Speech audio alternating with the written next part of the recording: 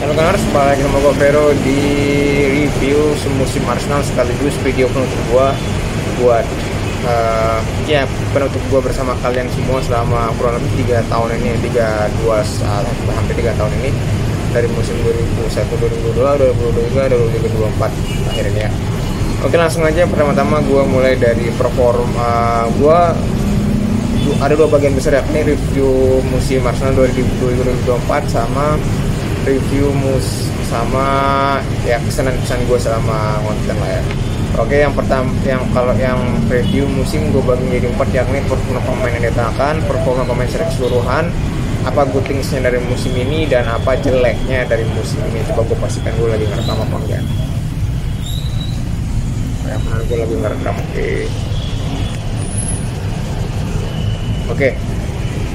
Oke, yang pertama performa pemain yang didatangkan, yakni mulai dari belakang tuh ini yang gue ingat aja ya, Raya. Oke, Raya itu for me dia masih level not bad, antara mediocre sama bagus, itu not bad, ada not bad. Nah, si Raya ini secara distribution,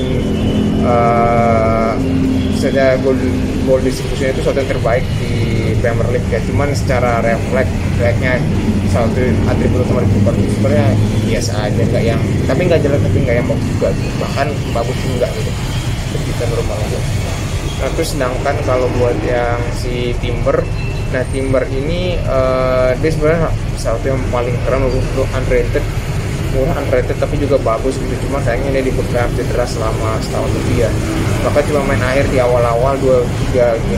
Cuma main di laga-laga awal, bahkan belum pernah bermain Premier League sampai yang di satu laga terakhir kan lawan Everton, itu pun di substitution. Terus kemudian ada Havertz yang menurut gua tuh dia perform tapi tidak seperti aslinya di posisi yang diadakan, yakni sebagai left central midfield atau pas sebelahnya si menggantikan posisi Zaka, tapi sayangnya dia malah perform sebagai nomor 9 false 9 yang dimana notabene Arsenal bakal di real number 9 di situ musim ini gitu. Itu gue heran. Tapi secara performa Havertz sejak baru kedua musim itu bagus banget, lebih kepada buka ruangnya, mirip kayak Muller di musim. Terus yang ketiga itu yang keempat yang terakhir itu deklarasi gila sini, menurut gue mungkin ada yang bilang dia layak di harganya 1 juta pound, tapi gue pribadi akui dia masih agak overrated ya. Tapi overrated bukan berarti jelek loh ya. Overrated yang jelek itu kan kalau ketika dibayar mahal tapi ini overrated yang bagus gitu. Pak, harganya kenapa gue bilang bagus? Karena harganya itu sekitar harusnya nggak lebih dari 80 juta euro men. Cuma dia harus sekitar 75 juta pound, cuman mau dibayar sekitar mahal banget gitu. Mahal banget. Apalagi kalau padahal sisanya tuh di harganya 80 juta euro bisa dibayar tuh sekitar 40 juta buat siapa gitu. Kalau emang internet itulah. Oke lah, dan gue cuma pernah kok berapa ya? Mungkin cuma itu aja sih yang didatangkan Arsenal ya. Yang didatangkan Arsenal cuma itu doang. Ini yang musim yang musim ini kan. Terus kalau musim dingin so far nggak ada ya. Terus performa pemain secara keseluruhan, ini bagian kedua dari yang maksudnya bagian nomor 2 dari bagian yang review musim. Buat gue secara keseluruhan pemain Arsenal itu di Ramsdale so-so aja. Ini kita mulai dari Ramsdale, Raya tadi gue udah sebut. Buat back kiri itu si Zini. Kalau si Zini menurut gua itu dia cenderung menurun dari musim lalu, apalagi dia kayak sering salah passing. Terus kemudian kalau yang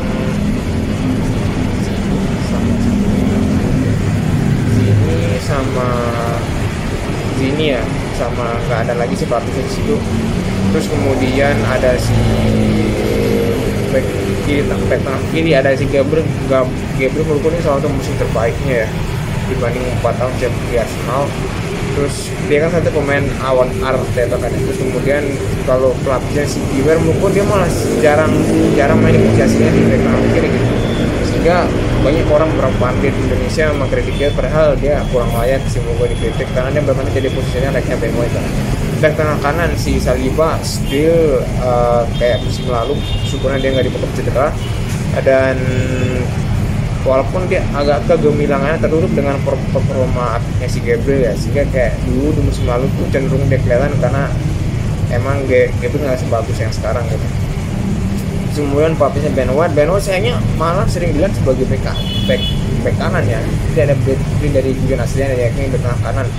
Tapi so far Ben White still aku kategorikan sebagai pelapis yang so-so, nggak yang jalan nggak yang bagus, tapi emang nggak bisa ngangkat Arsenal kecuali emang klub kompatriotnya si Saliba masih oke. Tapi ketika kompatriotnya bukan Saliba, lebih baik Timber di situ.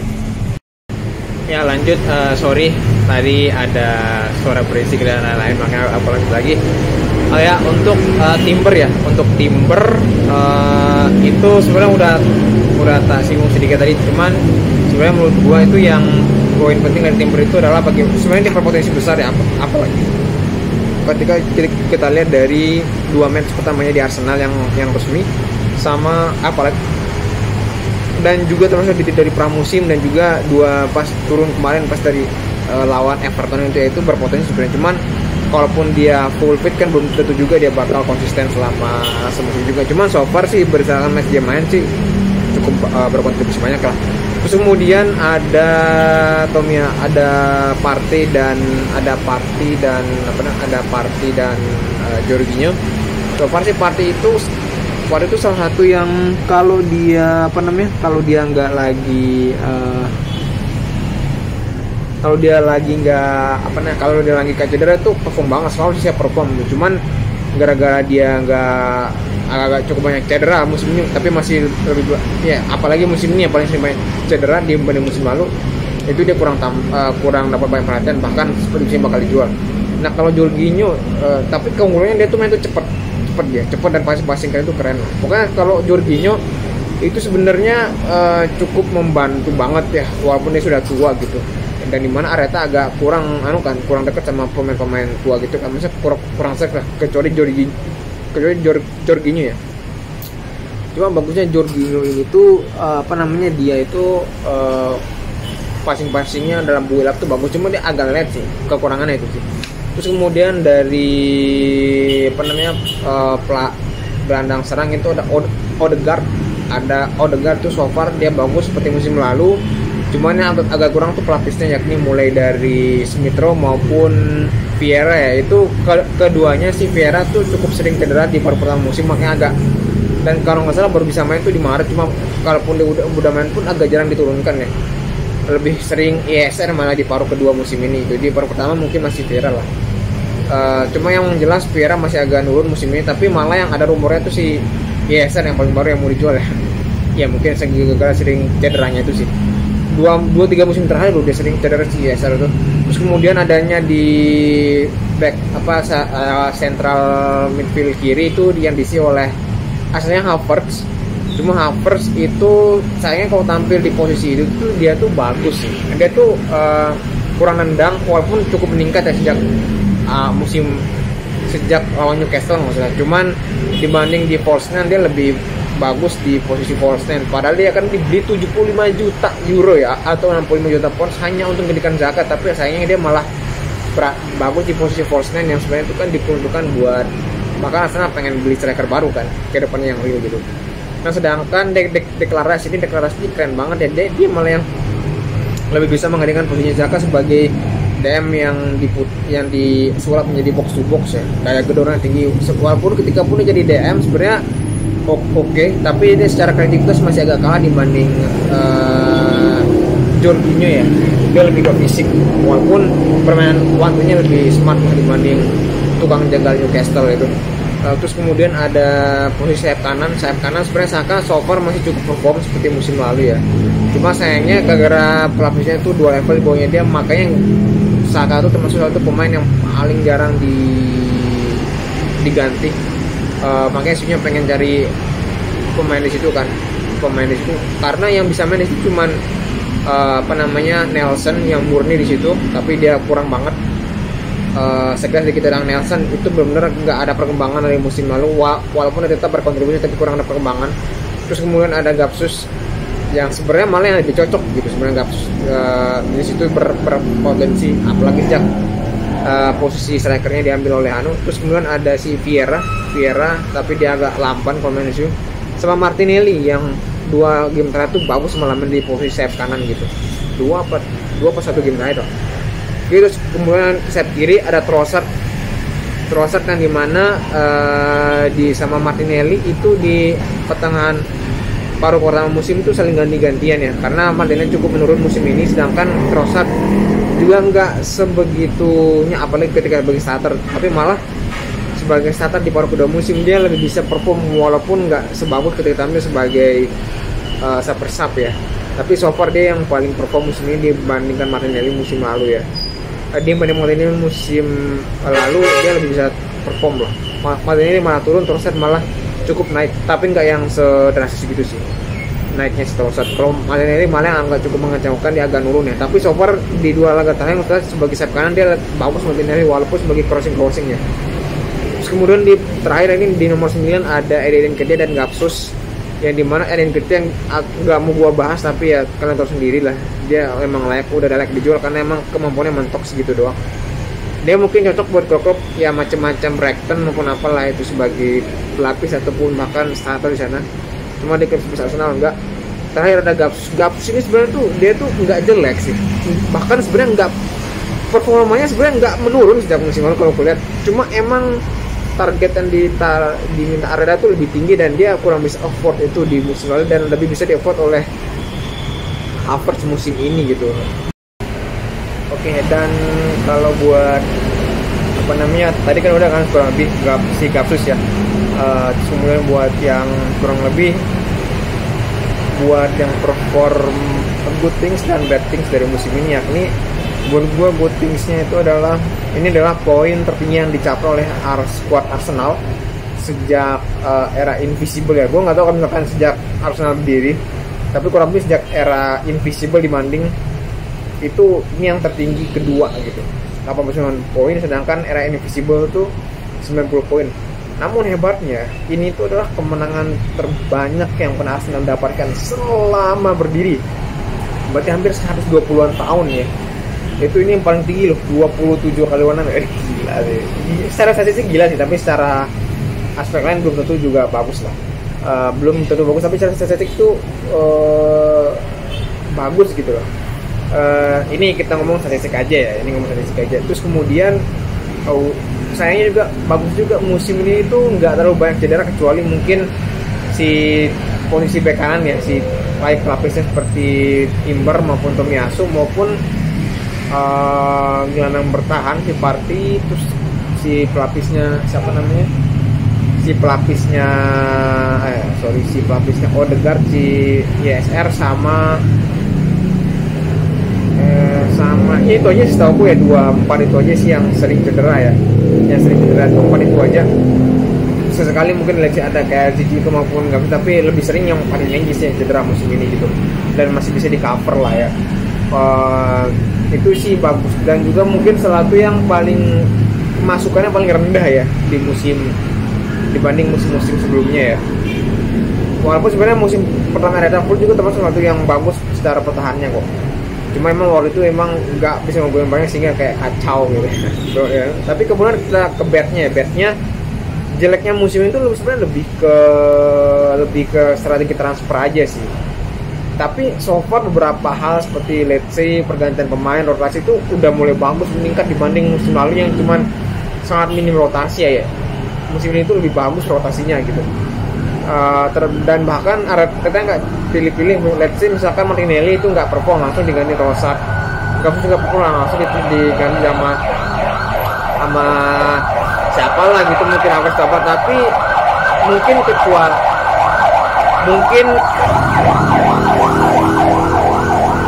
kecuali buat kalau misalkan back kiri, kalau mungkin 2 back itu sama 2 back, terus back sama sayap kanan itu ini sih back kanan terus posisinya Odegaard, lalu posisinya Odegaard sayap kanan si Saka, terus kemudian 2 back tengah. Itu buat gue salah satu 4 posisi yang paling jarang diganti ya. Tapi syukurnya sih tetap perform dan nggak cedera sih. Cuma maksud itu satu yang mungkin dari musim lalu yang dipertahankan. Tapi menurut gue yang jeleknya lagi balik lagi ya, itu strategi transfernya di mana Arsenal tidak mendatangkan real striker, padahal kita udah ngamuk-ngamuk Milan didatangkan real striker itu sejak musim sejak musim, khususnya musim ini ya, walaupun musim lalu tuh udah ada Gaksus ya. Cuma menurut gue musim ini tuh kita nggak didatangkan, musim lalu ya yang baru selesai itu nggak mendatangkan striker, malah mendatangkan gelandang 120 juta euro sama Havertz gitu loh, yang buat gue malah emang sih syukurnya Havertz bisa perform sebagai first-nya, tapi kan itu kan bukan maksudku lu bisa spend 80 juta, ini kan Havertz 75 juta ya, lu bisa ganti Havertz dengan dengan striker gitu, let's say Vlahovic atau Osimhen waktu itu masih nggak sebesar sekarang, klausulnya yang hampir 120 juta lebih lah. Ini masih 100 juta kayaknya masih bisa lah. Tapi entah kenapa Arsenal lebih prefer beli Havertz gitu loh. Itu yang gue nggak heran sih asli ya. Terus buat gue yang yang sangat disayangkan juga, Arsenal tuh nggak beli di Winter itu left back loh. Walaupun sebenarnya di sana yang bisa main seperti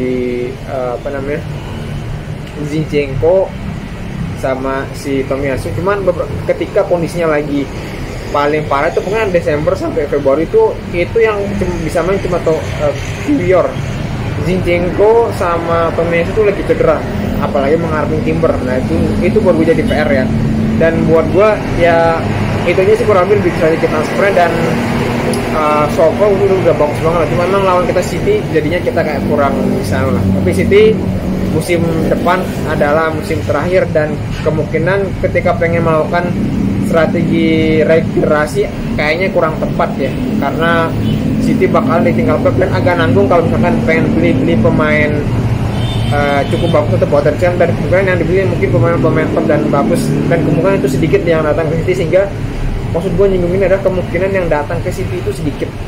Maksudnya kemungkinan performance itu agak stuck musim lalu, apalagi dengan adanya kompetisi baru kan. Oke, itu aja dari gua. Kita lanjut ke next bagian yang terkait next ke bagian kesan-kesan pesan gua ya. Halo kan, harus balik sama gua di segmen sebenarnya ini lanjutan dari yang video performa ya, video performa musim lalu. Oke, sebenarnya video tentang kesan-kesan ini gua udah upload di gua udah upload di video sebelumnya. Mungkin kalian bisa tonton lagi di kanan atas. Kalau belum sempat gua tambah, mungkin bisa kalian lihat di video gua sebelumnya, pokoknya di bulan Februari awal atau Februari awal nggak salah tuh. Di sini sebenarnya udah gua sampaikan sih alasan besar kenapa gua bakal nggak lagi upload soal video Arsenal ya. Karena yang pertama itu, tapi gue rekap dikit sih, yang pertama itu kalian butuh 1K video buat itu. Kalian bisa lihat channelnya Bang Football United ya, itu satu, kalau lu bukan siapa-siapa pengen terkenal di dunia ini itu cukup terkenal lah, itu salah satu 1K video perlu dia. Sedangkan kalau misalkan kalian pengen cepet, mau gak mau kalian kudu perlu usaha buat dapetin traction biar bisa biar bisa kenal, syukur-syukur bisa hadir di beberapa channel atau di beberapa podcast dengan orang-orang terkenal di bidang yang bola ini ya. Cuma itu butuh modal waktu dan beberapa duit lah buat networking gitu. Kemudian sih selain juga emang modal yang cukup besar usahanya sih, itu lebih kepada ini kayaknya bukan prioritas gua sih, karena prioritas awalnya nih dibuat kan seperti yang gue sempat mention di video yang gue upload di Februari itu, bahwa PA ini sebenarnya dibuat untuk gue bisa berdiskusi, menyampaikan pikiran gue lah, tanpa harus numpang di fanbase lain, karena itu kan agak terbatas waktunya kan, terbatas. Itu juga ngetik. Selain itu pun kalau pengen mau yang saling bahas-bahas cepet sih, emang di Telegram agak jarang buka, tuh udah tenggelam duluan gitu kan. Itu sih kurang enaknya, makanya lebih enak cuman kan emang awalnya dibuat biar bisa berdialektika, berdiskusi soal cuman yang gak ada juga yang tertarik buat komen apalagi nonton gitu. ya akhirnya gue prioritasin buat fokus ke project lain ke depannya di dunia kesehatan, tapi nggak di channel lainnya. Tapi bukan berarti kan tadi kan gue bilang gue mungkin bakal berhenti upload Arsenal, tapi bukan berarti gue bakal nggak upload video apapun di channelnya. Cuma memang kedepannya gue tetap mungkin sekali bakal upload video soal video Arsenal, walaupun sebenarnya itu lebih ke kangen aja lah, kangen, dan gaya mungkin lebih ke vlog opini ya, bukan karena yang konsisten. Apalagi ketika channel ini belum pasti mau diapakan ke depannya gitu. Mungkin ketika masih general itu lebih ke general sih, lebih ke general, namun isinya masih, maksudnya isi channel itu mungkin ke depannya ketika belum itu di siapa, mungkin fokusnya cukup general ya, seputar hobi gua. Mungkin so far hobi gua sih lebih ke bola sama diskusi pop culture ya, ini yang hobi ya, bukannya kayak passion atau apa, lebih hobi aja sih. Adapun nanti mungkin gue berusaha nggak bakal hapus video-video lama di channel ini, walaupun mungkin nantinya bakal ganti total gitu kan, di topiknya total, maksudnya dari channel awal ini fokus bola kan, bola Arsenal pun lebih spesifik ke yang lain gitu. Nggak akan gue hapus karena alasan biar orang-orang viewers baru nanti tahu bahwa semua manusia itu bakal berubah dan berproses. Berubah dalam arti dia bakal menemukan minat baru, cara pandang baru setelah mungkin bertemu, berdiskusi dan baca buku baru, atau gara-gara konsumsi konten baru, dan berproses. Maksudnya setiap manusia itu berproses gitu, berubah buat menemukan jadi dirinya, dan itu yang maksud gue nggak bakal hapus ya. Dan ya pesan gue buat kalian fan Arsenal agar lebih ke jangan pilih-pilih buat dengerin suatu, jangan terlalu fanatik maksudnya buat dengerin suatu pendapat dari suatu panit bola ya. Mungkin ada yang alirannya lebih ke statistik banget, ada yang lebih ke fundamental banget dengan melihat ke permainannya. Ya terserah sih, maksudnya kalian perlu lihat dari banyak pendapat biar tidak fanatik gitu. Dan kalau bisa sih naikkanlah level kalian dari yang mungkin sebelumnya cuma saling ngolok-ngolok dengan fans bola lain di fanbase IG, suatu fanbase IG. Mulailah mungkin lebih ke diskusi tentang performanya bagaimana, mengkritik dan ngasih saran gitu, dan mengajukan harapan kalian buat klub Arsenal maupun klub tersebut gitu. Bukan yang kayak dikit-dikit trofi gitu kan ya, kecuali mungkin kalau teman dekat oke lah, tapi kalau udah sesama netizen tuh menurut gua agak makin kesini makin jadi toxic ya gitu sih. Dan itu aja mungkin pesan dari gua. Bye bye, benar-benar bye bye ya, see you in the next video yang nggak gua tahu kapan lagi upload gitu ya.